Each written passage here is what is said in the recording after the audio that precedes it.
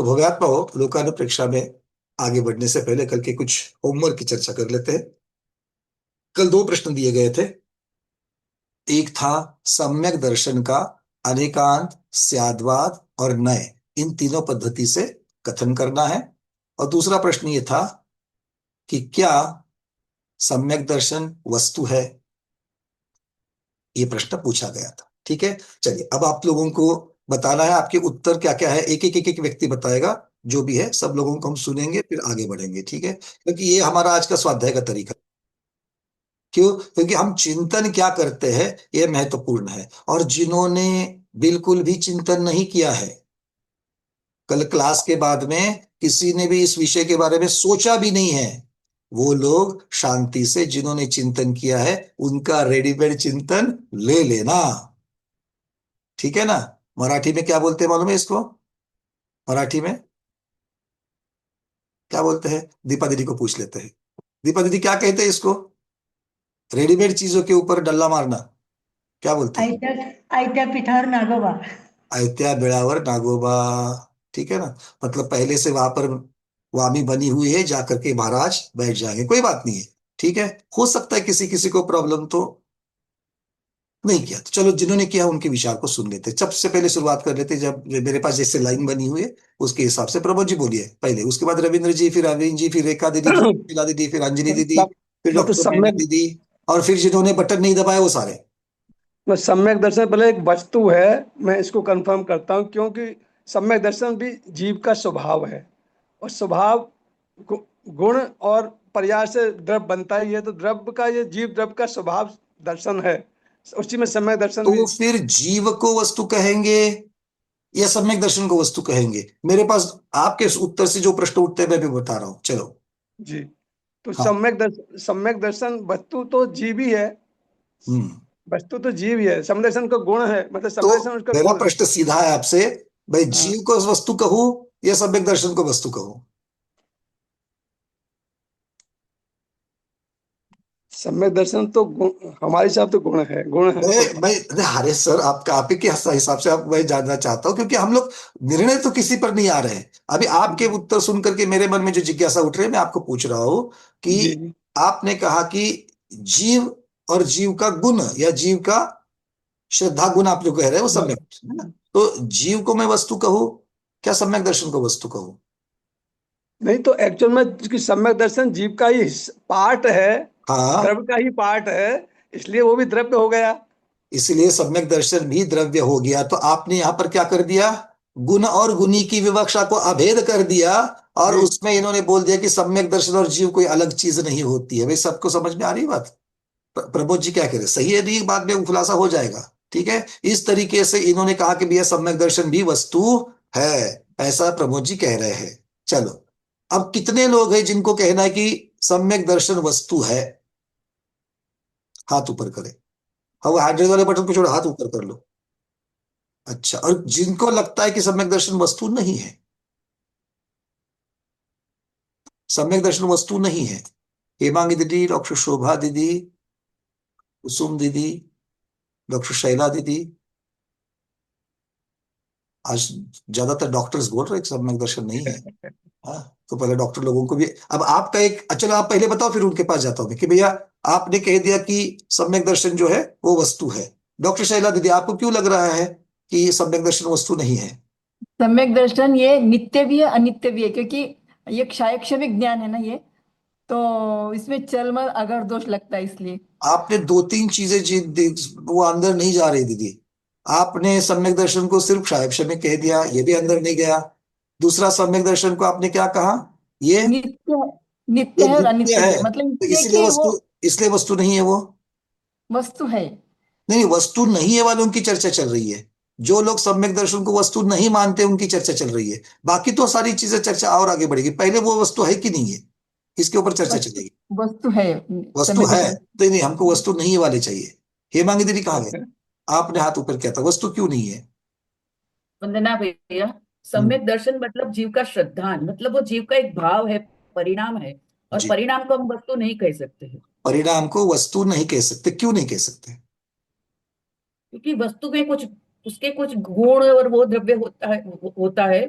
और परिणाम मतलब भाव है, जीव का जो भाव होता है, निर्मल भाव, श्रद्धान का भाव। अच्छा मुझे वस्तु में गुण होने चाहिए और सम्यक दर्शन जो है उसमें ये चीजें नहीं पाई जाती है, ऐसा आपको कहना है।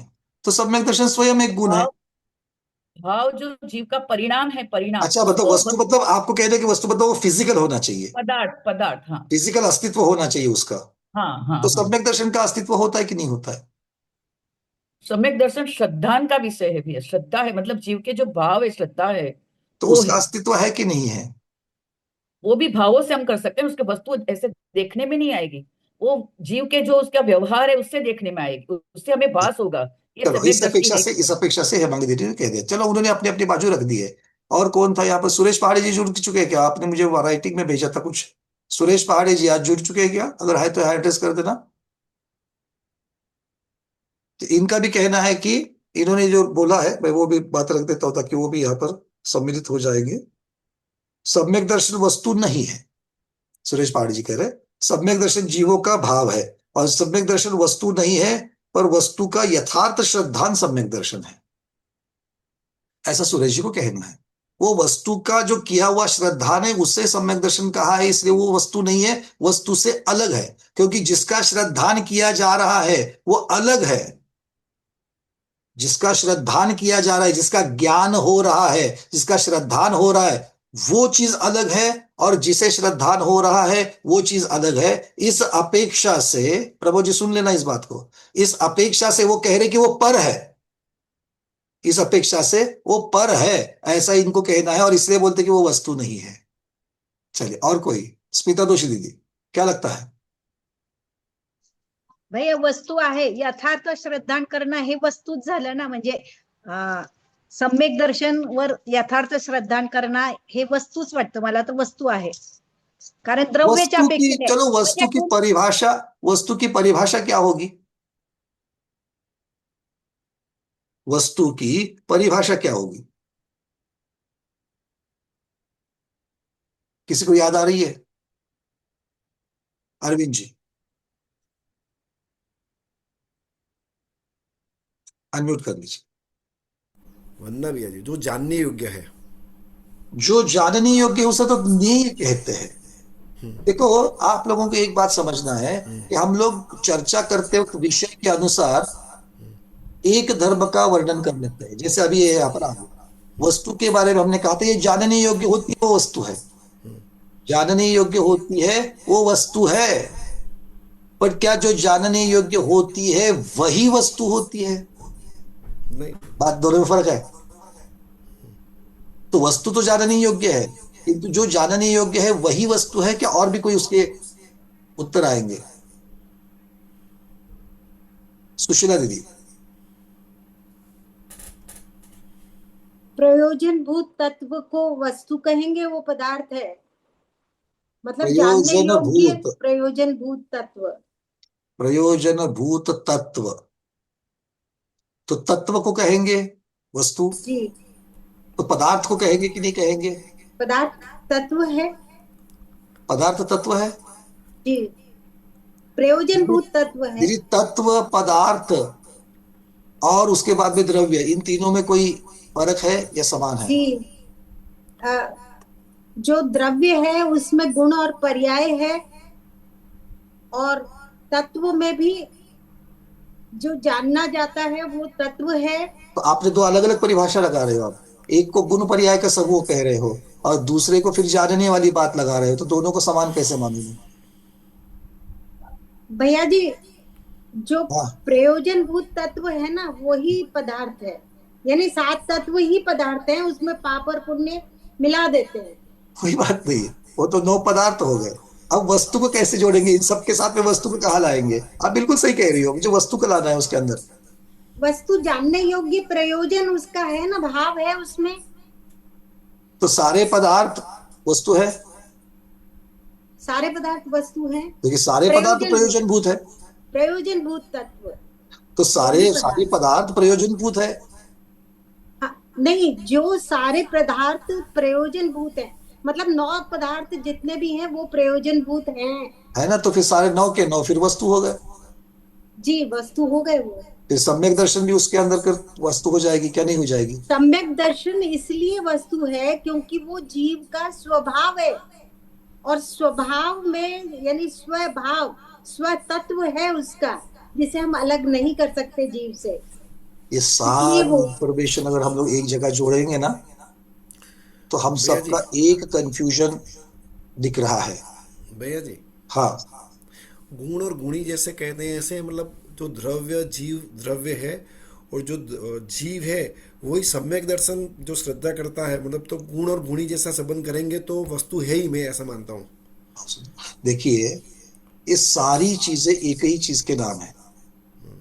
जी सारी चीजों के एक ही चीज के नाम है, अलग अलग धर्म का वर्णन करने वाली चीज हो जाती है तो जीव, जी है तो जीव। उसी को द्रव्य भी कहा है, उसी को तत्व भी कहा है, जी उसी को पदार्थ भी कहा है, उसी को अस्तिकाय भी कह दिया। जी वस्तु बदली क्या? वो द्रव्य बदला क्या? जिसकी चर्चा चल रही है वो विषय बदला क्या? किंतु अलग अलग धर्म के उसके अलग अलग प्रॉपर्टीज को अगर हम लोग देखेंगे तो उसका एक नया नया नया चेहरा हमको सामने दिखता है। और इसीलिए जब जैसे प्रभु जी ने शुरुआत में जो बात कही थी कि हम अगर इन चीजों को अभेद रूप से देखते हैं, एक भी दूसरे की विवक्षा लगा करके देखते हैं, तो आपको सारी चीजें आपको उसमें दिखेगी कि द्रव्य ही पदार्थ है, द्रव्य ही तत्व है, द्रव्य ही अस्तिकाय है। द्रव्य प्रयोजन भूत है, द्रव्य अर्थ क्रियाकारी है। क्योंकि वस्तु की अगर परिभाषा देखने के लिए जाएंगे तो जो गुण पर्याय स्वभाव वाला है, जिसमें अर्थ क्रियाकारिता होती है, अर्थ क्रियाकारिता होती है मतलब क्या है? जिसका उत्पाद व्यय होता है, जिसमें द्रव्यता होती है, वो वस्तु है। तो छह के छह द्रव्य वस्तु है कि नहीं है? हाँ, अब बात ये चलती है कि अगर हम जीव को वस्तु कहेंगे तो उसी का गुण सम्यक दर्शन इसको वस्तु कहेंगे क्या? तो उत्तर आएगा वो स्वतंत्र वस्तु नहीं है। उत्तर क्या आएगा? वो स्वतंत्र वस्तु नहीं है। एक है वस्तु, एक है स्वतंत्र वस्तु। क्या वो वस्तु का भाग है? क्या वो वस्तु का भाग है या स्वतंत्र वस्तु है? तो वस्तु कितनी है मूल में? मूल में छह वस्तुएं हैं। मूल में छह वस्तु है। इसी का विस्तार करो तो नौ पदार्थ और सात तत्व मिल जाएंगे। इन्हीं के भावों की चर्चा करो। सात तत्वों में आपको क्या मिलता है? जीव और अजीव मिलते हैं, हाँ या ना? रादर मैं तो यूं कहूंगा कि जीव और पुद्गल मिलते हैं। सब लोगों को याद है नहीं ये? क्या है सात तत्व? सात तत्व क्या है? जीव है, दूसरे का नाम पुद्गल नहीं, दूसरे का नाम अजीव है। फिर आश्रव संवर बंध मोक्ष, बंध निर्जरा मोक्ष, ये लगा लो। अब इन सब में जीव और पुद्गल दोनों भी इन्वॉल्व है। तो इन सब के साथ में जब जीव शब्द लगा दोगे, जीव आश्रव, जीव बंध, जीव निर्जरा, जीव मोक्ष, ये शब्द लगा दोगे तो जिन भावों से ये सारी क्रियाएं होती है, जीवाश्रव, ऐसे भाव जिनकी वजह से आश्रव होता है, ऐसे भाव जिनसे बंध होता है, ऐसे भाव जिनसे संवर होता है, ऐसे भाव जिनसे निर्जरा होती है, ऐसे भाव जिनसे मोक्ष होता है। ये सारे के सारे भाव मतलब ये जीव संबंधी चीजें हैं। तो आश्रव जीव से संबंधित है कि नहीं है? मोक्ष जीव से संबंधित है कि नहीं है? संवर निर्जरा सारे जीव से संबंधित है कि नहीं है? और क्या यह अकेले जीव से संबंधित है? नहीं, ये पुद्गल से भी संबंधित है, मतलब अजीव से भी संबंधित है। कैसे? भाई आश्रव में क्या होता है? जो पुद्गल वर्गना विसृसोपचय रूप है, वो कर्म रूप परिणत होने के लिए जीव की आत्म प्रदेश की तरफ आ रही है, उसमें आ रही है। मतलब उसमें अकेले जीव का भाव है क्या? जिन भावों से आश्रव हो रहा है वो भावाश्रव है, वो जीव का भाग है। किंतु जिस द्रव्य के साथ, जिस पुद्गल के साथ में वो घटना घटित हो रही है, वो द्रव्याश्रव है, वो पुद्गल की बात हो रही है। मतलब आश्रव पुद्गल भी है, आश्रव अजीव भी है। यही बात संवर को लगा लो। पुद्गल में जो क्रिया नहीं हो रही है, क्यों नहीं हो रही है? क्योंकि उसके लिए भाव है। संवर क्या है? आश्रव को रोकने का भाव है। फिर बद्ध ले लो, निर्जरा ले लो, मोक्ष। तो इन दोनों में हमें जीव और पूज, मतलब मूल क्या है? जीव और अजीव, जीव और पुद्गल, ये दोनों है। अब इसके साथ में पाप और पुण्य क्या है? पापाश्रव पुण्याश्रव। अब पाप जो है उसमें भाव भी है और पाप कर्म प्रकृति भी है, मतलब वहां पर पुद्गल भी है। पुण्य में क्या है? पुण्य का भाव भी है और पुण्य के भाव से पुण्य प्रकृतियां भी आ रही है, मतलब कर्म प्रकृतियां, मतलब पुद्गल। तो पाप और पुण्य में भी जीव पुण्य, जीव पाप, अजीव पुण्य, अजीव पाप, ये भी दो चीजें उसमें हो जाएंगी। अब ये सब कहना जो है, ये क्या है? ये कथन क्या है? ये विवक्षित कथन है। ये क्या है? किसी विवक्षा से, किसी अपेक्षा से, मेरे दिमाग में जो उसकी तरफ देखने का एंगल है, उसकी तरफ, उसकी वजह से मैं इसका वर्णन कर रहा हूं। समझ में आ रही है चीजें? अब बच गया पदार्थ। द्रव्य, द्रव्य में गुण पर्याय वाला है तो द्रव्य है। और उसी को स्वभाव सहित देखेंगे। क्या स्वभाव है उसका? स्वभाव क्या है? जीव द्रव्य का स्वभाव क्या है? कौन बताएगा? जीव द्रव्य का स्वभाव, ज्ञान और चेतना मत बताना, मेरे को बहुत बुरा लगेगा। हाँ, आधे हाथ इसलिए नीचे हो गए, मुझे मालूम है आप लोग क्या कहने वाले थे। पुद्गल का स्वभाव पूछते ही आप लोग बताते हो रूप रस गंध वर्ण। धर्म बोलते ही गति हेतुत्व बताने वाले कितने लोग हैं ऐसे? अभी भी ये सब समझ रहे हैं ऐसा? वो गुण है, गुण अलग है, स्वभाव अलग है। स्वभाव क्या है? नित्य अनित्य, ये स्वभाव है। द्रव्यता होना, उत्पाद व्यय होना, ये उस द्रव्य का स्वभाव है। चेतन होना, अचेतन होना, भिन्न होना, अभेद होना, एक होना, अनेक होना, ये स्वभाव है। कालानु एक होते कि नहीं होते हैं? कालानु एक होता है। पुद्गल का परमाणु एक है और पुद्गल अनेक भी है कि उस स्कंद में अनेक हो जाते हैं। तो एक होना या अनेक होना ये स्वभाव है कि नहीं है? ये कौन सा गुण है? तो गुण अलग, स्वभाव अलग, ये पक्का दिमाग में फिट बिठा देना, क्योंकि एक ही होते तो आचार्य महाराज अलग अलग शब्द ही नहीं करते उसके। तो स्वभाव सहित जानने योग्य द्रव्य, ये बन जाता है पदार्थ। स्वभाव सहित जानने योग्य द्रव्य, ये बन जाता है पदार्थ। उसी को हम लोग अलग देख रहे हैं। आपने चावल पकाए, है कि नहीं है? उसको क्या कहा? साधा चावल। और उसी को छोंक लगा दिया डॉक्टर शैला दीदी, क्या हो जाएंगे? नमकीन चावल। चावल चावल है कि नहीं है? है। पर जैसे आपने छोंक लगा दिया, अब क्या हो गए? नमकीन चावल हो गए। तो चावल को नमकीन चावल नहीं कहा जाता, सभी चावल को, और सभी नमकीन चावल सादा चावल नहीं होते। तो ये हमको थोड़ा अब ये क्लैरिटी रहनी चाहिए दिमाग में। ये सारा एक्सरसाइज आपको देने का कारण क्या है? क्लैरिटी है। तो आज हम लोग इस प्रकार से सम्यक दर्शन की तरफ देखेंगे। मूल में तो ये जीव, जीव का गुण है, जीव द्रव्य का गुण है। और चूंकि जीव द्रव्य वस्तु है, ये वस्तु का भाग है, ये अवयी का अवयव है।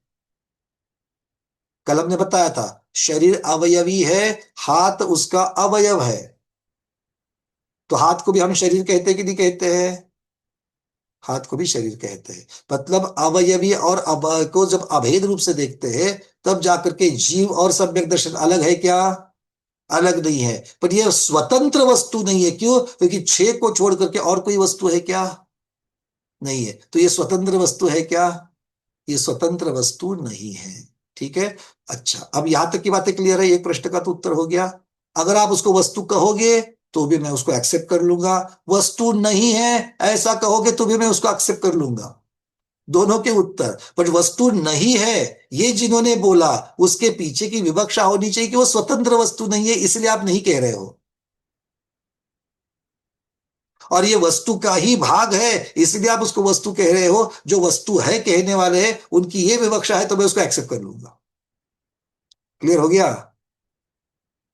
क्योंकि जब तक विवक्षा नहीं देखते, नहीं सुनते हो, तब तक ये सही है या गलत है ये कहने का अधिकार आपको है ही नहीं है।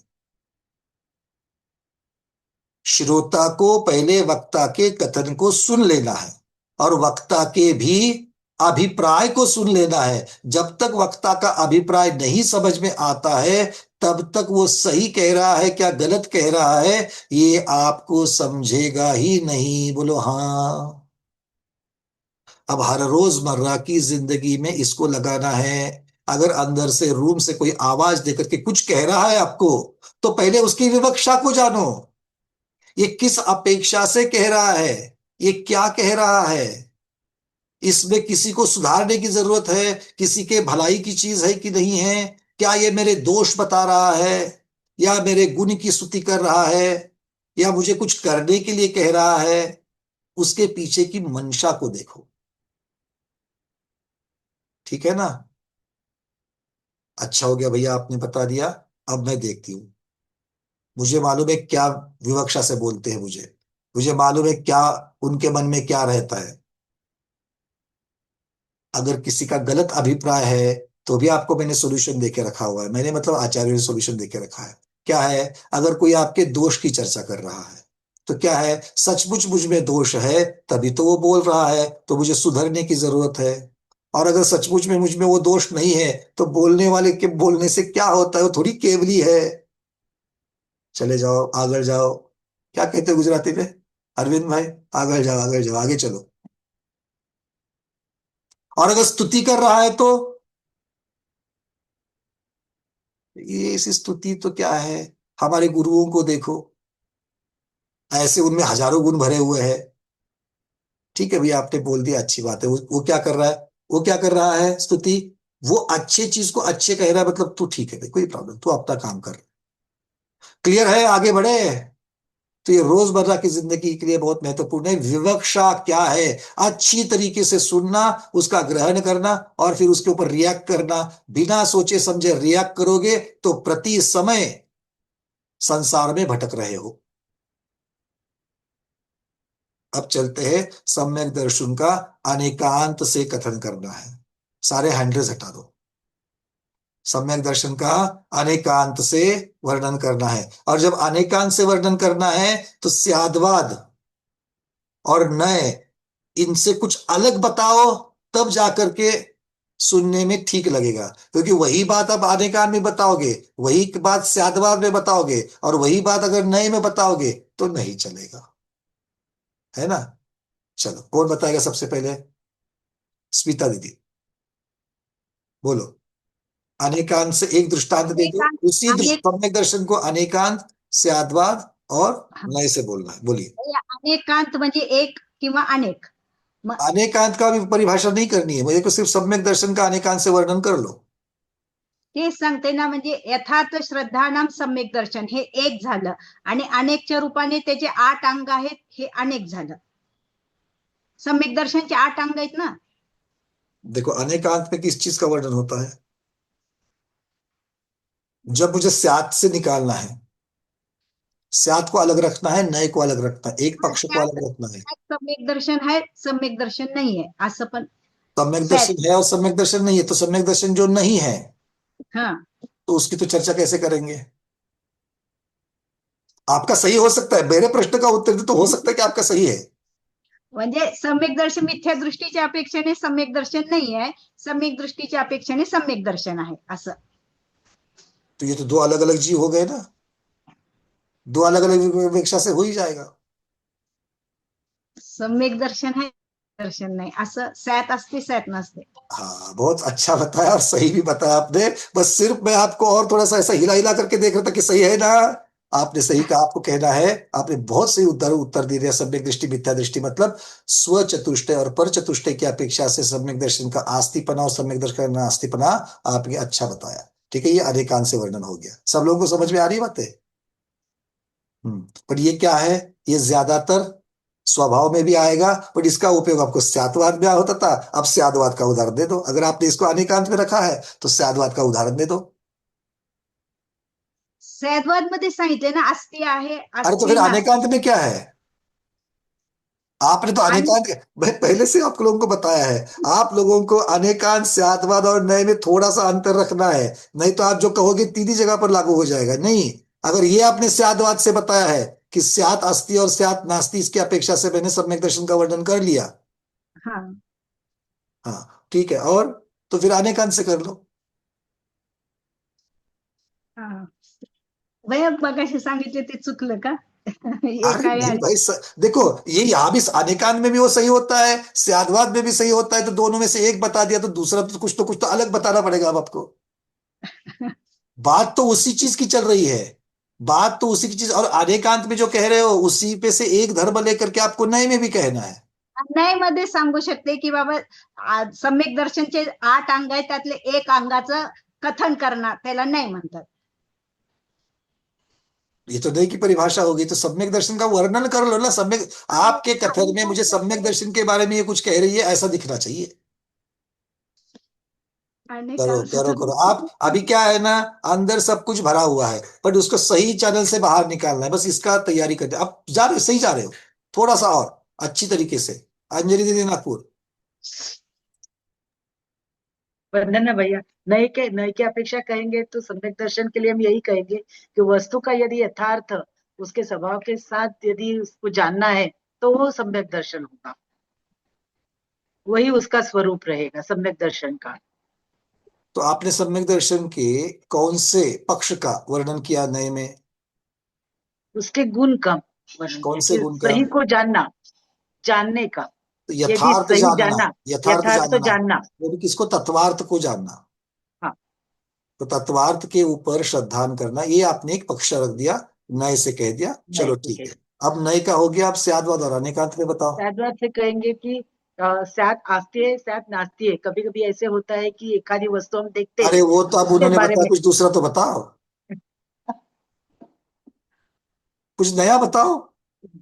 भिन्न अभिन्न हो सकता है। हाँ तो बताओ, एखाद क्या है वस्तु पर भिन्नता और क्या अभिन्नता है, बताओ दृष्टांत। यदि देखो, आप अभी क्या कर रहे हो सब लोग, ये क्या कर रहे हो? परार्थ दूसरे को समझा रहे हो, आप वक्ता हो मैं श्रोता हूं, मुझे समझे, उसमें दृष्टांत होने चाहिए, आगम का प्रमाण होना चाहिए, निष्कर्ष होना चाहिए, ये सारी चीजें होनी चाहिए, तब जाकर के मैं मान लूंगा, नहीं तो मैं क्यों मानूंगा? बोलो। यदि हम कहेंगे कि सामने गणधर की मूर्ति है यानी गणेश की मूर्ति है, हम्म। तो मैं अपने स्व चतुष्टय से ये जानती हूँ कि नहीं ये गणधर की मूर्ति है, लेकिन पर चतुष्टय से हो सकता है कि उसका श्रद्धान अलग है तो वो गणेश जी ही कहेंगे। तो ये मेरे दृष्टि से ये शादवाद का कथन हो गया कि साध अस्ति शायद नास्ति, वापस आपने चलो ठीक है, आस्ती नास्ती है आपने या कह दिया। भिन्न या भिन्न, नहीं, भिन्न ये अभिन्न भी में हो आस्ती सकता। नास्ती कैसे नहीं, लगाओगे? नहीं होगी। भिन्न अभिन्न में पृथक और अपृथक इस प्रकार से अपृथक। करेंगे तब भिन्न अभिन्न हो जाएगा वो। अच्छा, हाँ, शब्दों के अर्थ को जो लोक व्यवहार में लगाते थे वो आगम में नहीं लगा सकते। और कोई? डॉक्टर मैना दीदी, आप लोगों को बहुत ज्यादा चिंतन की जरूरत है, मोटा मोटी ऊपर ऊपर का नहीं, अब अंदर घुसना है। डॉक्टर मैना दीदी बोलो। हम ये कह सकते हैं क्या बाकी सराग? लोग अपने अपने जो है ना, अभी आपको एक दिशा मिल गई कि मैं क्या प्रश्न आपको पूछने वाला हूं, आप उत्तर, आपके उत्तर में मैं क्या, उलट तपासनी बोलते हैं ना कोर्ट में, वो उलट तपासनी होने वाली है। तो आप लोग तैयारी करो अपने बुक्स में। हाँ, डॉक्टर मैना दीदी बोलो। सम्यक दर्शन को अपन कहते हैं सराग सम्यक दर्शन और विराग सम्यक दर्शन, वीतराग सम्यक दर्शन। सराग सम्यक दर्शन, वितराग सम्यक दर्शन, ये किसका वर्णन है आपका? ये सम्यक दर्शन अनेकांत रूप का उसमें अनेकांत रूप में है, तो अनेकांत में आपने सरागता भी दिखा दी और वीतराग सम्यक वितरागता दर्शन। दिखाई, तो इसमें आपने कौन से धर्म का वर्णन किया? बहुत सुंदर उदाहरण, किंतु आपने कौन से धर्म का उदाहरण दिया, मतलब कौन से धर्म की चर्चा करी? अनेक धर्म में से दो अलग अलग धर्म मुझे दिख रहे हैं, तो दो अलग अलग धर्म में कौन अनेक धर्म की सा? चिंता, अनेक धर्म की करी ना, अनेक धर्म की। अनेक धर्म की करी, तो कौन कौन से धर्म है उसमें? मतलब वितराग सम्यक दर्शन में सम्यक दर्शन का कौन सा स्वभाव दिखता है, और सराग सम्यक दर्शन में वितराग सम्यक दर्शन सम्यक का कौन सा दर्शन, स्वभाव दिखता है? वितराग सम्यक दर्शन में सराग सम्यक दर्शन गुणस्थान के हिसाब से बोल सकते हैं क्या? 1 से 4 गुणस्थान तक सराग सम्यक दर्शन। स्वभाव, स्वभाव की चर्चा, गुणस्थान में कहा घुस गए? स्वभाव की तो चर्चा, वीतराग सम्यक दर्शन से सराग सम्यक दर्शन अलग है कि नहीं है? अलग है ना। तो आपने कौन सी अपेक्षा से उसको अलग किया? विशुद्धि के हिसाब से। विशुद्धि मतलब यहां पर स्वभाव में जब विशुद्धि की चर्चा करते हो तो आपको वो अलग अलग दिखते हैं। तो एक जगह पर विशुद्धि है और एक जगह पर विशुद्धि नहीं है, ये कौन सा स्वभाव है? नित्यानित्य है, भिन्ना भिन्न है, भेदा भिन्न भेद भिन्न, है, भिन्न भिन्न है। भिन्ना भिन्न है। कैसे बताओ, कौन सा भिन्न है, कौन सा अभिन्न है? सराग सम्यक दर्शन, नहीं ऐसा नहीं होगा, भिन्न भिन्न कैसे होगा वो तो। भिन्न भिन्न सराग सम्यक दर्शन वितरण। आप मुख्यतः से शुद्धता अशुद्धता की चर्चा कर रही हो, हाँ विशुद्ध, है ना? वीतराग सम्यक दर्शन शुद्ध है कि नहीं है? शुद्ध है। और सराग सम्यक दर्शन अशुद्ध है। पक्का? मैं पूछूंगा तो आप बिल्कुल शुद्ध अशुद्ध में चले गए।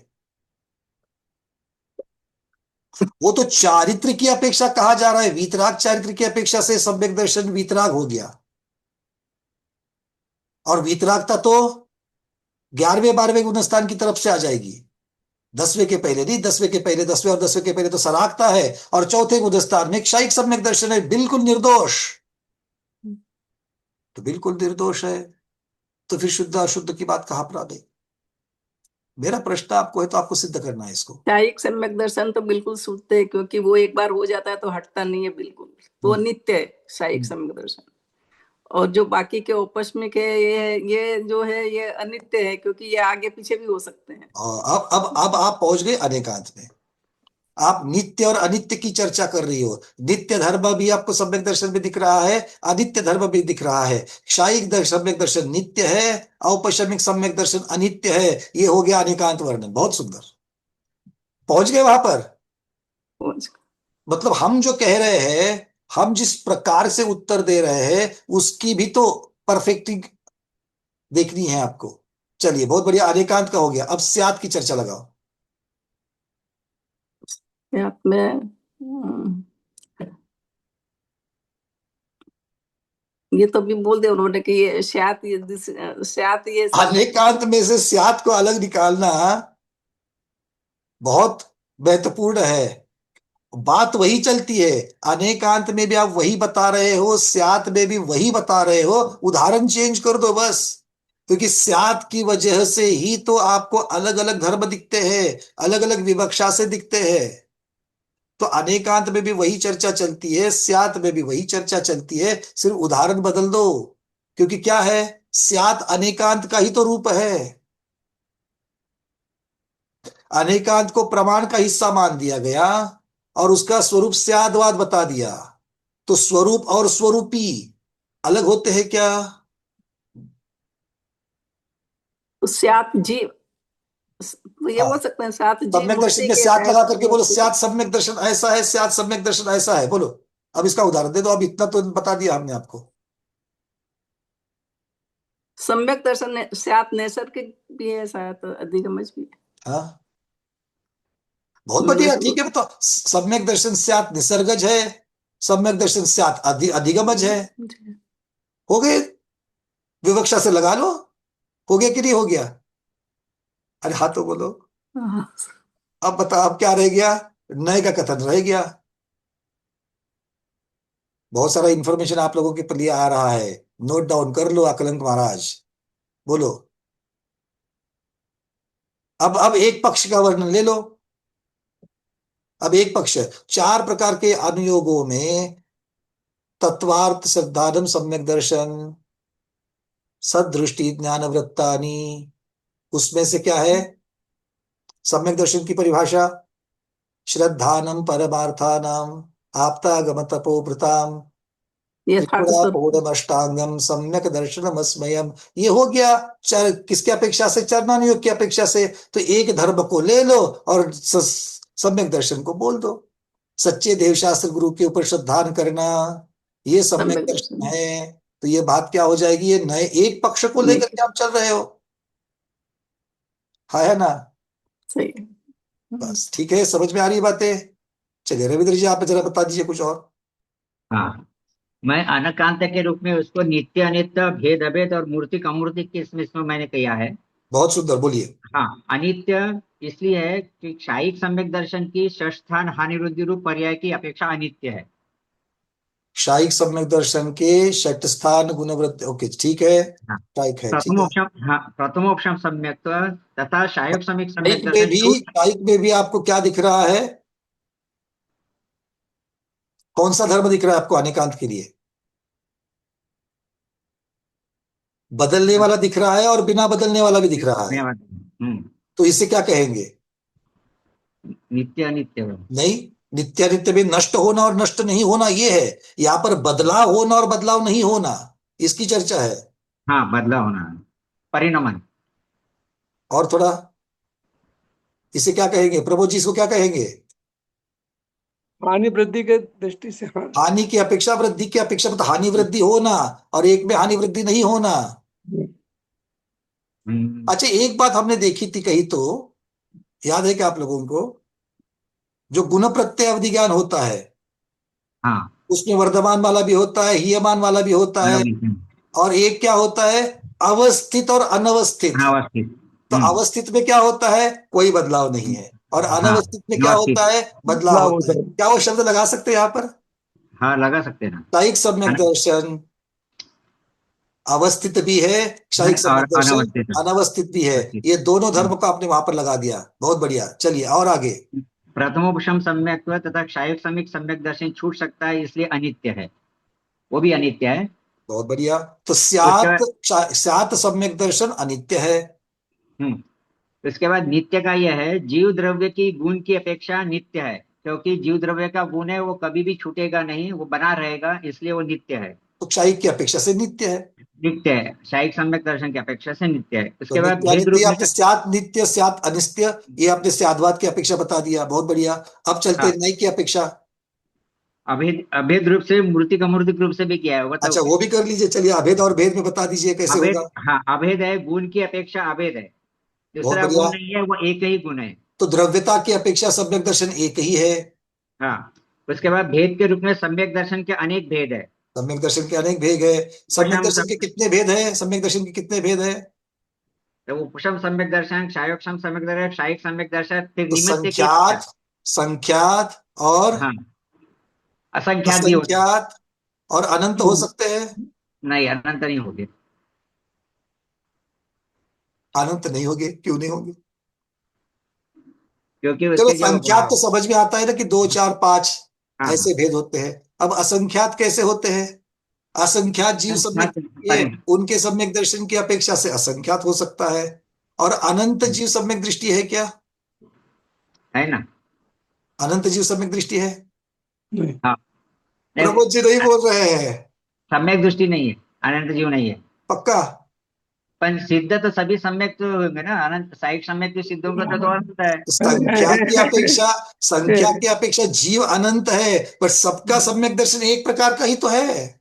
हाँ, क्या सिद्ध अवस्था में महावीर भगवान का सम्यक दर्शन और सिद्ध अवस्था में पार्श्वनाथ भगवान का सम्यक दर्शन अलग है क्या? नहीं है। तो भले जीव अनंत है, किंतु सम्यक दर्शन का प्रकार तो एक ही है उनमें। तो सम्यक दर्शन अनंत प्रकार का हो सकता है क्या? नहीं, जीव प्रत्येक जीव की अपेक्षा नहीं, अनंत प्रकार का नहीं होगा, सबका सम्यक दर्शन तो हो जाएगा, जो अब सिद्ध है आज उनका के लिए, सबका सम होगा। अब आज आप इतना जल्दी निर्णय पर बताइएगा। आज आपके लिए होमवर्क नया है। क्या सम्यक दर्शन अनंत प्रकार का होता है क्या? ये आपके लिए आज का होमवर्क है, लिख लीजिएगा। चलिए, हाँ, जितना और जल्दी हमारे पास समय ही समय है, क्यों हम लोग उसकी उतावली करें? चलिए, संख्यात निमित्त। असंख्यात तो समझ में आ गया, अब अनंत होता है कि नहीं होता है बताइए। चलिए, तो एक और अनेक की चर्चा हो गई, बहुत बढ़िया। और रविंद्र जी? निमित्त की अपेक्षा भी 10 भेद होते हैं, उसका एक सूत्र, उसकी गाथा भी है। आज्ञा मार्ग सूत्र उपदेश और संक्षेप बीज उत्पन्न, अर्थज विस्तारज अवगाढ़ परम अवगाढ़ कहा सम्यक। बहुत सुंदर, 10 इसमें 10 प्रकार के प्रकार के सम्यक की चर्चा। क्या होते हैं? हाँ, और मार्गना की अपेक्षा 6 भेद भी होते हैं। मार्गना की अपेक्षा से 6 भेद भी क्या होते, तो है, तो आपने ये भेद साधारण रूप बता मिश्र। दिया। ये भेद रूप बता दिए, सारे संख्यात में आ जाएंगे।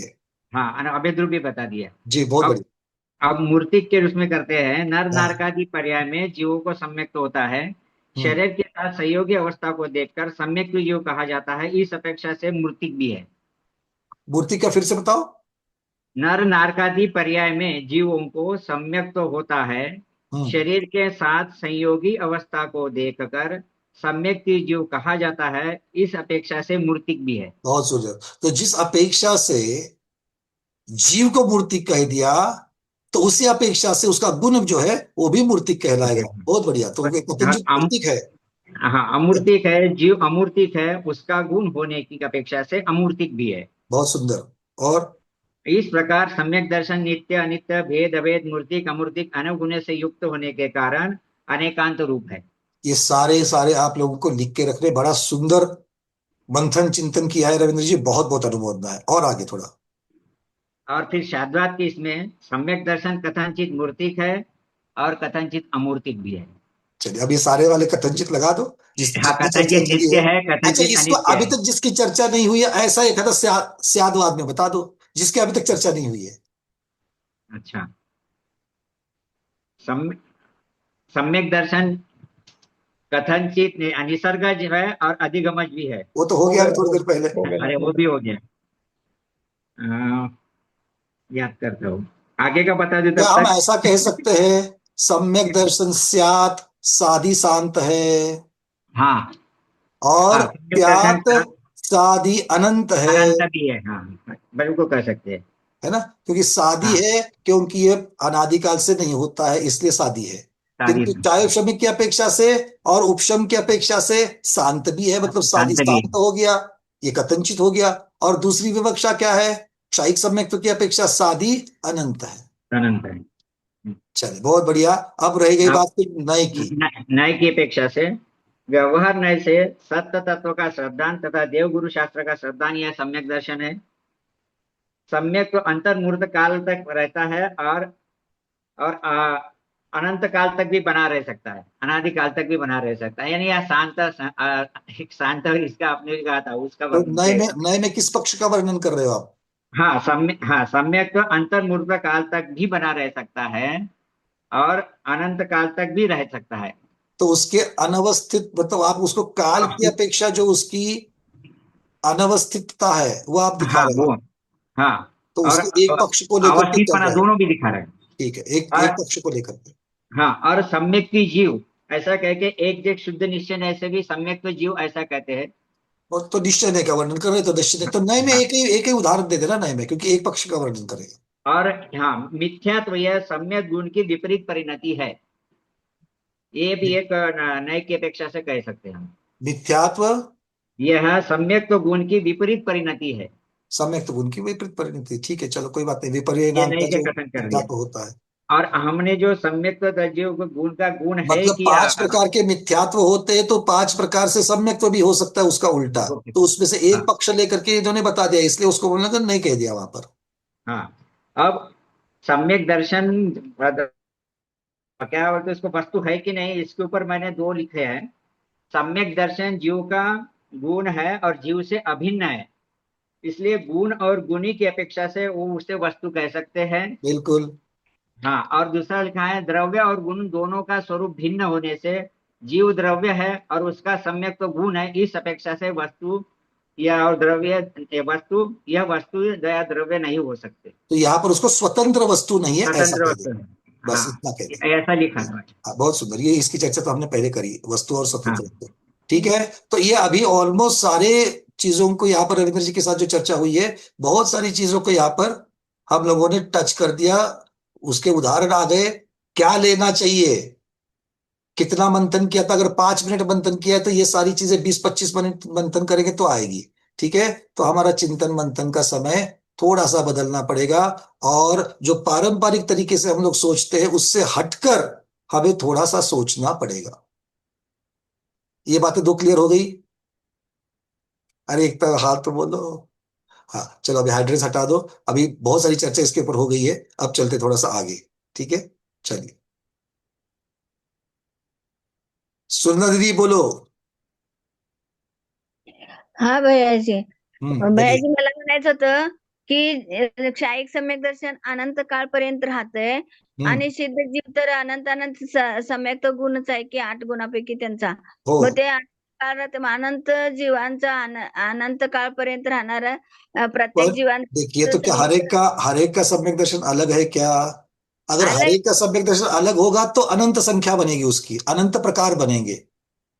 पर जितने भी सिद्ध भगवान है सबका सम्यक तो एक प्रकार का है, उस पे कुछ भी ऊंच नीच नहीं है। नाही, एक प्रकारचाच आहे. हाँ, तो अनंत कैसे प्रकार बन जाएंगे उसके? आ गई बात समझ में? जीवच इसलिए आहे अनंत नहीं ते. कहा वहां पर, उस अपेक्षा से अनंत नहीं लिया है। चलिए, तो ये आप इसका अभी इसके ऊपर चर्चा नहीं करेंगे, सुशील जी और सुशीला दीदी और रविंद्र दीदी। ये अगर विषय है तो इसको विषय के ऊपर बाद में ले लेंगे, ठीक है? अभी आज आपको ये होमवर्क दिया है, कल इसकी चर्चा करेंगे। अभी अभी सारी चर्चाएं बंद, अभी आगे बढ़ते हैं। जो आपको होमवर्क दिया है, होमवर्क का होम में ही करना है, ठीक है? चलिए, कल हमने परार्थानुमान की चर्चा करी थी। तो परार्थ अनुमान में 5 चीजों की चर्चा होती है जो आदतन आज हमें समझ में नहीं आती है, किंतु अगर इस चीज का अगर हम ध्यान रखेंगे, 5 चीजों का ध्यान रखेंगे, तो हम अच्छे वक्ता बन सकते हैं और श्रोता को हितोपदेश कर सकते हैं। घर में भी अगर इन 5 चीजों का अगर हम ध्यान रखेंगे तो हमारी बातें लोग, अपने परिवार वाले सुनेंगे। आज जो अपने परिवार वाले अपनी बातें नहीं सुनते, क्यों? क्योंकि उनको हमारे ऊपर भरोसा नहीं है। क्यों भरोसा नहीं है?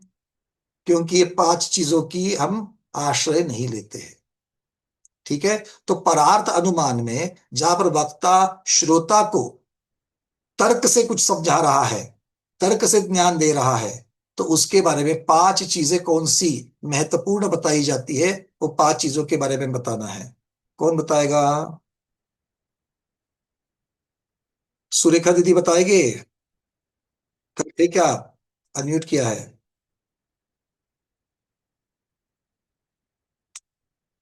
अनम्यूट कर लो, कोई बात नहीं, आप पीडीएफ अपनी नोट्स देख के भी बोल सकते हो। क्या पूछा आपने भैया? बहुत बढ़िया प्रश्न है। प्रश्न ये पूछा कि जो परार्थ अनुमान, परार्थ अनुमान में क्या है? वक्ता श्रोता को समझाता है या कुछ कथन करता है। किस आधार पर करता है? तर्क के आधार पर अनुमान निकाल करके कथन करता है। तो इस प्रकार का वर्णन करते वक्त उस वक्ता को 5 चीजों का ध्यान रखना पड़ता है। तो कौन सी 5 चीजें हैं वो ये वो ना हेतु, हाँ, हेतु, फिर चिन्ह नहीं, चिन्ह तो और नहीं है। नहीं हेतु तो रहता है। हेतु का अर्थ ही लक्षण हो गया, चलो हाँ, वो आधार। प्र, ये प्रतिज्ञा। हाँ, बढ़िया। प्रतिज्ञा में क्या करेंगे? मैं भारत का रहवासी हूं, ये प्रतिज्ञा। जिस बात को सिद्ध करता है, जैसे पर्वत पर अरे अग्नि। मतलब एक शब्द में तो बताओ, सारा का सारा पढ़ के बताओगे तो मुझे मालूम है, मैंने ही तो बताया हुआ है। कुछ तो बताओ कि भाई प्रतिज्ञा किसे कहेंगे? जिस बात को सिद्ध करना है उसे प्रतिज्ञा कहेंगे, ठीक जिस है? बात बहुत बढ़िया। चलिए, अब दूसरा कौन बताएगा? एक तो इन्होंने बता दिया, अंजलि दीदी चिंचवड़, बताइए दूसरा। इन्होंने हेतु भी बताया, तो हेतु किसे कहते हैं? हेतु किसे कहते हैं? परार्थ अनुमान में हेतु की व्यवस्था होती है, हेतु महत्वपूर्ण है। क्यों? अनम्यूट कर लीजिए, होता है क्या? चलिए, नीना दीदी आपका हो रहा है तो अनम्यूट करिए, बोलिए। हेतु हेतु यानी हमें बच्चों को क्या समझाना है, हमारा हेतु क्या अरे है कभी कभी बड़ों को भी समझाया करो दीदी। हाँ, बोलो। रात्रि भोजन नहीं करना, ये हमारा हेतु है। तो उस वक्त में हमें उन्हें उदाहरण के बारे में बताना होगा, उन्हें समझाना होगा कि ये पाप है, इस हेतु से हमें बताना पड़ेगा। देखो, आप मूल विषय से भटक रही हो। तर्क क्या है इसमें? परार्थ अनुमान में अनुमान शब्द लगाए कि नहीं लगाए? परार्थ में दूसरे को अर्थ कराना है, दूसरे को समझाना है, बिल्कुल, किंतु तर्क हाँ, के आधार पर करना है। और इसीलिए ये सारा वर्णन जो है, हर कोई कथन परार्थ अनुमान नहीं होता है। हर एक समझाने वाली चीज जो है परार्थ अनुमान नहीं, यहाँ पर तर्क के आधार पर जो परार्थ आप कर रही हो, वो तर्क के आधार पर होने वाला परार्थ आपको बताना है। नहीं समझ में आया। जो दूसरे को तर्क के आधार पर आप बताती हो ना, जैसे कैसे बताती हो? हम जैसे हम जिनवानी लोग पढ़कर। स्कूल के नजदीक पहुंच गए और राष्ट्रगान के हमें हाँ। जो स्वर है वो सुनाई दे रहे हैं, है ना, जनगण मन शुरू हो गया, तो आप क्या बोलोगे? अरे स्कूल तो चालू हो गया। अच्छा। यहाँ पर हाँ आपने आधार किसको बताया? वो जो स्वर आ रहे हैं राष्ट्रगान के, उस स्वर को हाँ। आधार बताया, और साध्य किसको किया? स्कूल शुरू हो गया है, स्कूल की एक्टिविटीज जो है वो शुरू हो गई है, ये आपने उसके ऊपर से अनुमान निकाला। तो आप ऐसे तर्क के ऊपर से अनुमान करने वाले जो कथन है उनकी चर्चा चल रही है, उसमें हेतु होना बहुत जरूरी है। तो वो हेतु किसे कहते हैं? जिसका कारण बताया जाए। अच्छा। तो जो कारण रहता है, जिस कारण से आप ऐसा कह रहे हो, वो कारण जो है उसे यहाँ पर हेतु कहा है। ठीक है, ये बात समझ में आ गई क्या? हाँ, आ गए हैं। चलो सुनंदा दीदी, तीसरा वाला बताओ। हे पहिला काय प्रतिज्ञा हेतू उदाहरण उदाहरण में क्या आएगा? म्हणजे उदाहरण आपण हे दिलं की पर्वतावर अग्नी आहे अरे वो जिथं उदाहरण छोड़ दो, उदाहरण का मुझे अब दृष्टांत, मतलब उदाहरण किसे कहेंगे? तो अपने नियम की जो पुष्टि करनी है, आपने जो नियम बता रहा है वो नियम की जो पुष्टि करनी है, उसके सपोर्ट में आपको कुछ तो दृष्टांत देना पड़ेगा। तो वो दृष्टांत जो है वो उदाहरण कहलाता है। ठीक है, चलिए रूबी दीदी। वरना भैया जी निमित्त। निमित्त, तो ये निमित्त क्या है? ये मतलब किसके सहयोग से हम समझाएंगे वो वो तो चीज हेतु जो हो बात गया, वो तो हेतु हो गया। हेतु तो लक्षण हुआ ना, वो हेतु तो कारण हुआ ना कि हमें क्यों समझाना है। तो इसके अलावा लेकिन आप क्या हमें कहे? किसकी मदद से समझाना है वो, किसके किस मतलब बात की की वजह से? मदद। जैसे हमें कोई भी बात हमें समझानी है कि ये चीज गलत है, तो क्यों उदाहरण दे दो समझानी है, देखो, वो तो उदाहरण दे दो, हेतु हो अपने आप गया। समझ में आएगा, उदाहरण दे दो। ओके। जैसे पर्वत पर अग्नि है क्योंकि वहां धुआं है, तो इसमें आप क्या बता रहे हो? निमित्त कौन है? धुआं निमित्त है। तो धुएं को तो हमने हेतु बना दिया ना, रीजनिंग कह दिया। आप हेतु कहो, नहीं, हेतु निमित्त इसमें कहो, मेरे आधार कहो, रीजन कहो, सारे पर्यायवाची है यहाँ पर। इसमें हेतु अग्नि नहीं होगी कि अग्नि की वजह से धुआं है। अग्नि कैसे होगा? अग्नि की तो सिद्धता की जा रही है। अच्छा। अग्नि तो साध्य है मेरे लिए, प्रतिज्ञा है, प्रपोजिशन है। हम्म। ठीक है ना? चलिए, तो हेतु हो, प्रतिज्ञा हो गई, हेतु हो गया, उदाहरण हो गया। अब और दो बच गए हैं, कौन बताएगा? नया कोई तो? मनीषा दीदी। वंदना भैया जी। हम्म। एप्लीकेशन यानी हेतु का विवक्षा के साथ संबंध क्या है? बहुत बढ़िया। तो ये जो निमित्त जिसको बता रहे थे, जो कारण, रीजनिंग हम कह रहे थे, उसको आपके विवक्षा के साथ क्या संबंध है? ये जैसे हम बता रहे हैं, मतलब पर्वत पर धुआं है जो अग्नि के साथ होता है, तो अग्नि के साथ होता है, इस तरीके से मैंने उस हेतु को, जो लक्षण मुझे वहां दिख रहा है, जो निमित्त मुझे दिख रहा है, उस निमित्त को मेरी विवक्षा, मेरे तर्क के साथ हम उसको जोड़ रहे हैं। ये कहलाता है उपनयन या एप्लीकेशन। बहुत बढ़िया। और अंतिम क्या है? निष्कर्ष, अनुमान, कंक्लूजन। तो ये अंतिम निष्कर्ष कहलाता है। तो 5 चीजें ऐसी यहां पर होती है। ये दूसरे को समझाने के लिए जब होती है तो उसे परार्थ कहते हैं, अन्यथा उसे स्वार्थ अनुमान कहते हैं। स्वार्थ में मेरा कोई स्वार्थ है ऐसे शब्द जो लगाते हैं, वो वाली स्वार्थ की चर्चा नहीं है। स्वार्थ शब्द का अर्थ क्या है? स्व अर्थ, अर्थात खुद को समझाने की चर्चा है, वहां पर खुद को समझने की चर्चा है, इसलिए उसको स्वार्थ अनुमान कहते हैं। तो स्वार्थ अनुमान में भी ये 5 चीजें होनी जरूरी है। बस यहाँ पर खुद को समझा रहे हैं और परार्थ में दूसरे को समझा रहे हैं। ठीक है, अब चलते आगे, सारे हैंडल्स हटा दीजिएगा। नीरज जी, आप कुछ कहना चाह रहे हो, बोलिए। वरना भैया जैसे जहाँ जहाँ पीछी है वहाँ वहाँ साधु विद्यमान है, इस तरह से कहना उचित नहीं होगा। या जहाँ पीछी होगी वहाँ साधु विद्यमान होंगे, इस तरह से समझना उचित होगा। या जहाँ पीछी है वहाँ साधु होंगे ही होंगे, ये समझना उचित होगा। या जहाँ साधु है वहाँ पीछी होगी होगी, ये समझना उचित होगा। देखो, एक बात तो यहाँ पर है कि लक्षण 2 प्रकार के होते हैं। एक, आप उनको अलग कर सकते हो, और एक, उनको अलग नहीं कर सकते हो। तो साधु इच्छी को कभी अलग नहीं करते। जी यहाँ साधु बैठे हैं, अगर आपको पिच्ची दिख रही है तो साधु होते ही होते हैं। यहाँ पर चर्चा चल रही है जी तर्क से अनुमान करने की। तो आप ऐसे कह सकते हैं कि दरवाजे के बाहर कमंडलू है, इसका मतलब महाराज जी अंदर है। अब ये मत बोलना कोई कोई महाराज जी नहीं रहते, ये वो वाली चर्चा अपवाद मार्ग की चर्चा नहीं नहीं है, नहीं, यहाँ पर राजमार्ग की है। तो वो वाली बात दरवाजे नहीं के बाहर है। कमंडलू है मतलब हम्म, अंदर महाराज जी बिल्कुल। विद्यमान है। हम्म, तो यहाँ ऐसा पर महाराज विचार जी का, आएगा। यहाँ पर क्या कर रहे हैं, महाराज जी हमारे साध्य है। महाराज जी की सिद्धि हो रही है किसके द्वारा, कमंडलू के द्वारा। ठीक है, जी महाराज जी बन गए साध्य, या जिसे प्रतिज्ञा कहते हैं। हम्म, कमंडलू बन गया हेतु। अब इसका उदाहरण दृष्टांत क्या होता है, दृष्टांत बोल दिया, महाराज जी कमंडलू के साथ में रहते हैं, जहां जाते हैं वो कमंडलू लेके जाते हैं, ये उदाहरण है आगम का। तो ये उदाहरण दृष्टांत जी देकर के हमने बता दिया।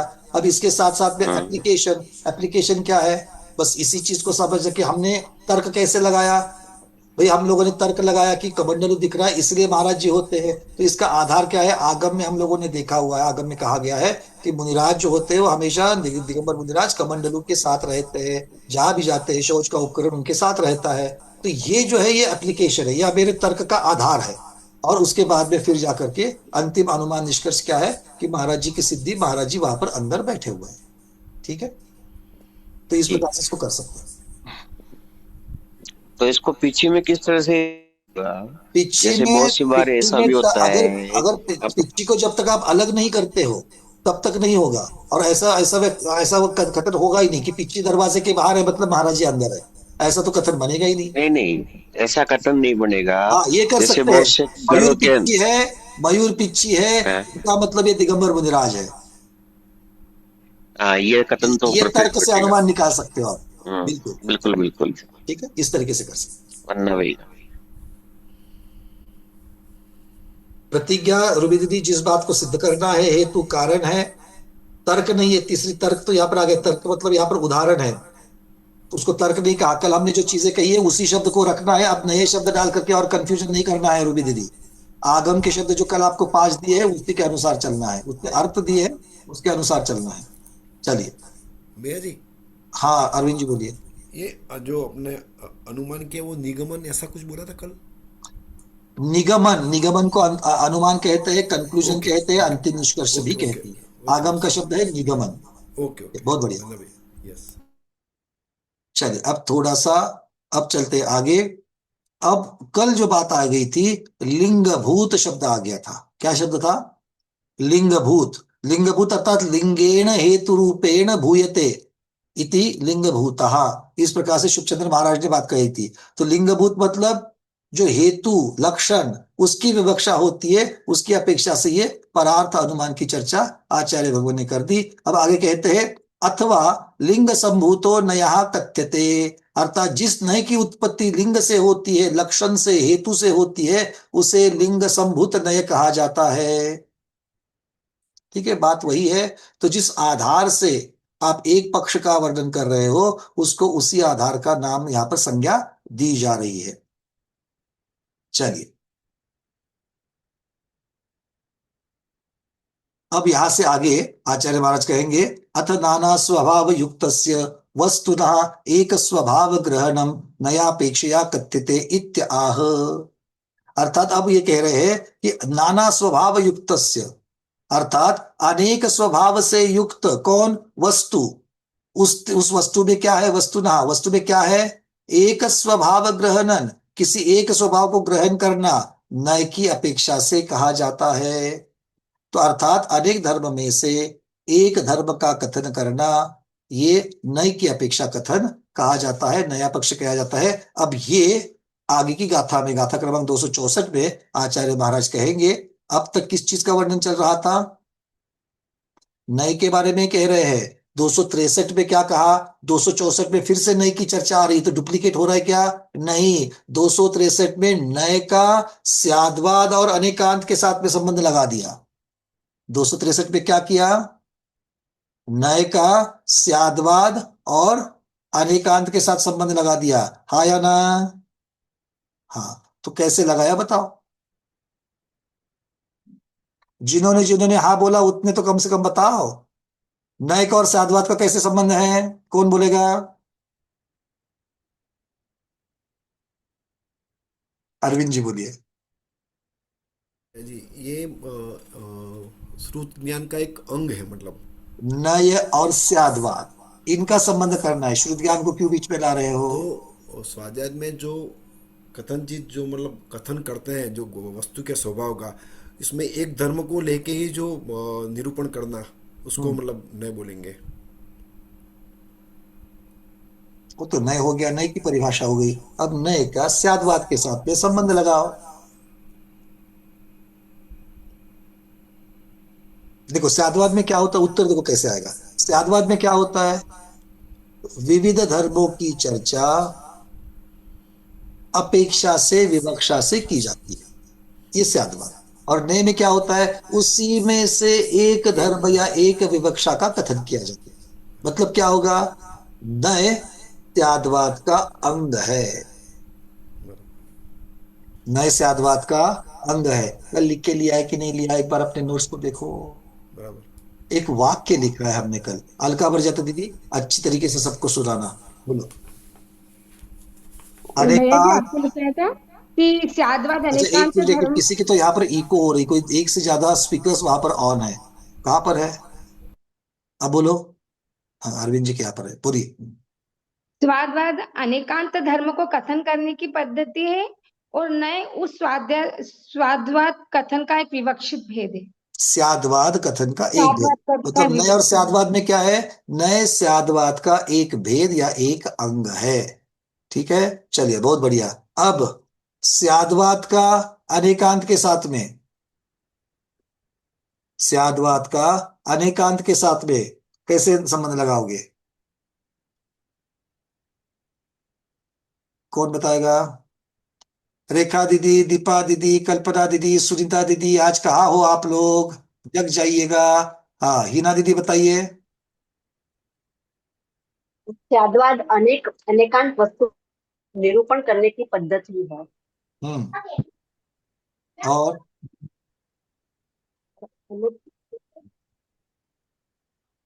और अनेकांत वस्तु का स्वरूप जैसे नित्य अनित्य, भेद अभेद, चेतन अचेतन, मूर्तिक और अमूर्तिक है। और थोड़ा आप नजदीक पहुंच गई है, किंतु हमने कुछ एक वाक्य लिखा था, वो एक पिन पॉइंट, उत्तर पिन पॉइंट होना चाहिए। और कोई, रूबी दीदी बोलिए। स्याद्वाद अनेकांतवाद का विवक्षित अंग है। स्याद्वाद अनेकांतवाद का विवक्षित अंग ऐसा लिख है। के लिया आपने कल? प्रभु जी क्या लिखा है कल? ये लिखा था स्याद्वाद, तो लिखा था अनेकांत धर्म की कथन करने की पद्धति है, ये लिखा था। और अनेकांत के बारे में लिखा था वस्तु के अनेक स्वरूप, यानी जो भी वो हैं वस्तु के, उन्हीं को मतलब उसी को अनेकांतवाद का, एक वस्तु में अनेक धर्म होते हैं, उसी को अनेकांतवाद का मतलब वो तो अनेकांत वस्तु का स्वरूप है, स्वरूप हो गया। हाँ, अनेकांत वस्तु का स्वरूप है जी, अर्थात धर्म है, स्वभाव है। और स्याद्वाद क्या है, उसके कथन करने की, अनेकांत को कथन करने की पद्धति। बस यही है। तो ये अनेकांत और स्याद्वाद का है, एक विषय है और दूसरा उसका कथन है। जी, समझ में आ रही बातें? अनेकांत का कथन कैसे करते हैं, स्याद्वाद से करते हैं। तो ये स्याद्वाद और अनेकांत का संबंध हो गया। और स्याद्वाद का नय एक अंग है, नय का स्याद्वाद से संबंध है, स्याद्वाद का अनेकांत से संबंध है, इसलिए नय का अनेकांत से संबंध है। और अनेकांत का प्रमाण से कैसे संबंध है?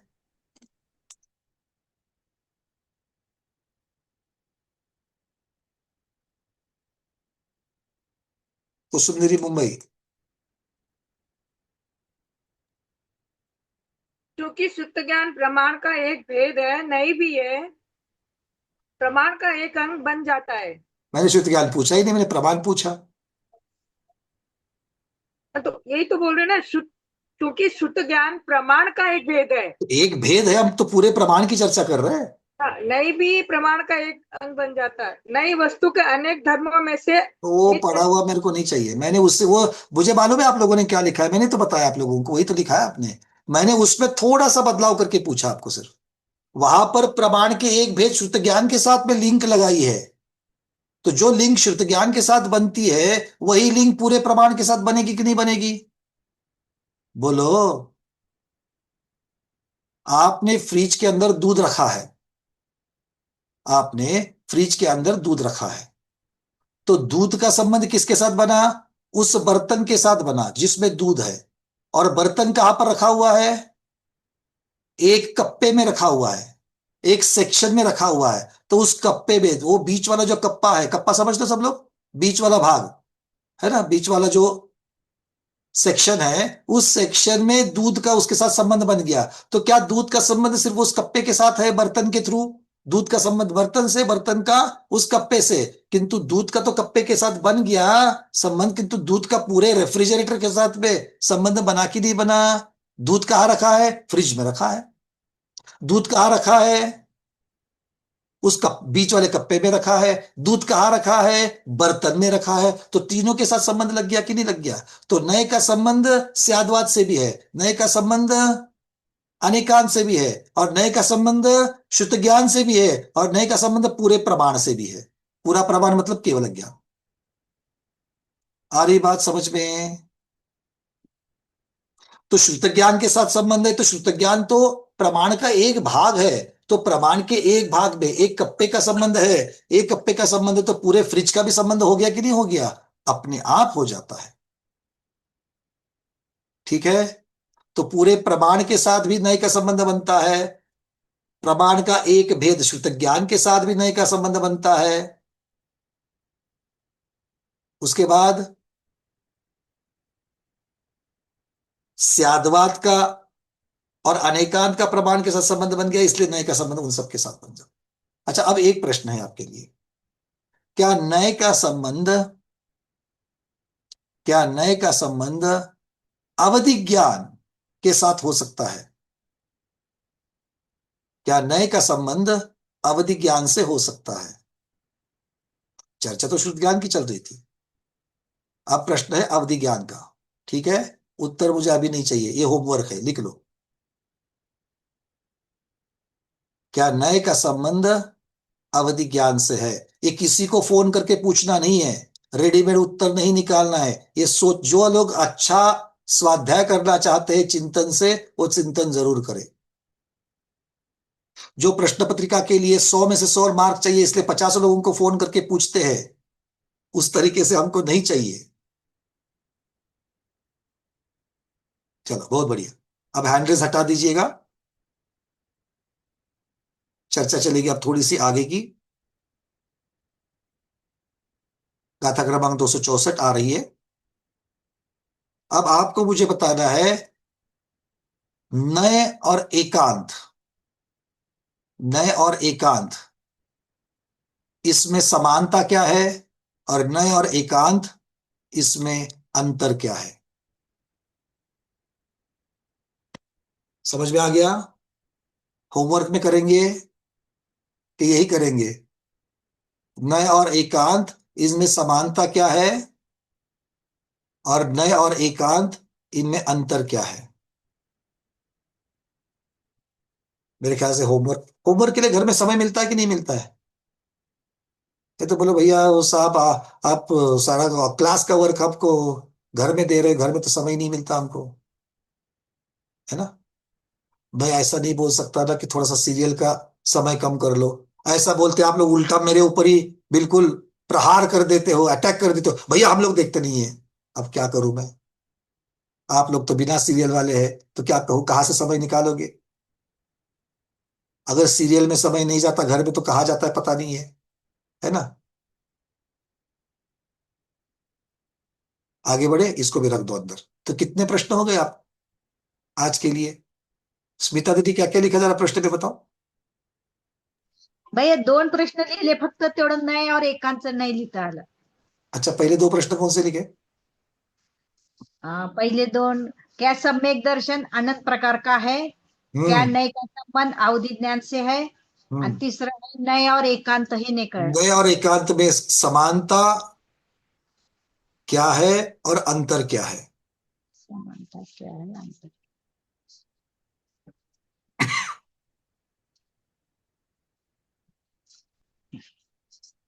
अंजलि दीदी के प्रश्न है, बोलो। नहीं, हा प्रश्न सम्यक दर्शन अनंत प्रकार का होता है या अनंत होता है? अब अनंत कहो या अनंत प्रकार का कहो, अनंत संख्या हो गई और और अनंत प्रकार प्रकार अलग हो गया ना। हुई, अनंत साध्य हो गया और अनंत प्रकार उसकी विवक्षा हो गई। तो दोनों में से क्या लेना है? और दोनों के अर्थ एक ही है। अच्छा। क्या अनंत होता है सम्यक दर्शन अनंत, ये संख्यावाचक हो गया, तो संख्यावाचक किस विवक्षा से कह दिया, तो ये विवक्षा हो गई। अनंत प्रकार का होता है अगर लोग कहोगे तो विवक्षा अच्छी तरीके से समझ में आएगी। चलिए अब गाथा कह रहे थे 264 में, क्योंकि आचार्य महाराज अब क्या कहेंगे यहां पर, अनेक स्वभाव से युक्त, क्योंकि अब तक जितना कह गया था और नए का संबंध प्रस्तापित कर दिया गया, अब नए के बारे में विशेष आचार्य महाराज यहाँ पर हमको कहने के लिए जा रहे हैं। देखो बात वही है, नए मतलब एक पक्ष का वर्णन, चर्चा वही चलेगी, किंतु उसके अंदर जो सूक्ष्म बात बतानी है वो हर एक गाथा में बदलती जाती है। तो गाथा क्रमांक 264 जब शुरुआत कर लेते, समय तो हमारा आज पूर्ण हो चुका है, 264 गाथा को सिर्फ हम लोग आज गा लेते हैं।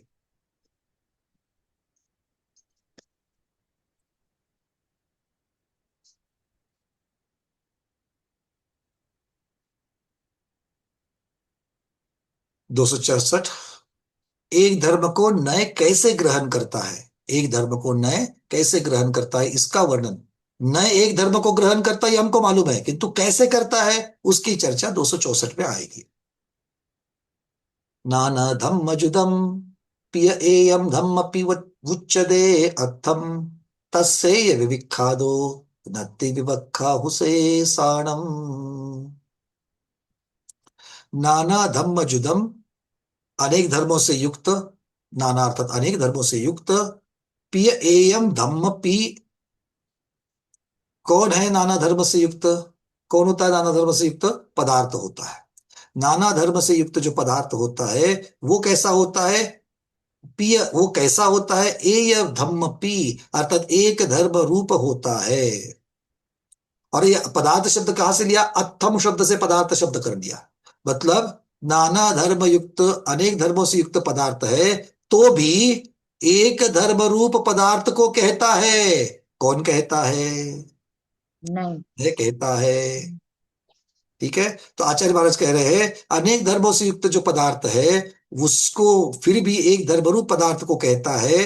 तस्सेस विवक्षा दो, क्योंकि जहां एक धर्म की विवक्षा करते हैं, जो विवक्षा करते हैं, हु शेषानम विवक्षा नत्थी अर्थात शेष विवक्षाएं वहां पर नहीं होती है, क्योंकि बहुत सारी विवक्षा में से जिस विवक्षा को नए ग्रहण करता है अन्य विवक्षाओं को वो छोड़ देता है अर्थात गौण करता है। ये आचार्य महाराज यहाँ पर है। तो नए कैसे ग्रहण करता है एक पक्ष को, तो प्रधान रूप से उसको ग्रहण करता है और शेष विवक्षाओं को गौण करके ग्रहण करता है, ये इसका अर्थ है। ठीक है, चलिए बहुत बढ़िया, आज इतना ही रखते हैं। आज के स्वाध्याय को गुरुओं के श्री चरण में बारंबार नमोस्तु वंदनामि इच्छा करते हुए यहीं पर समापन करते हैं।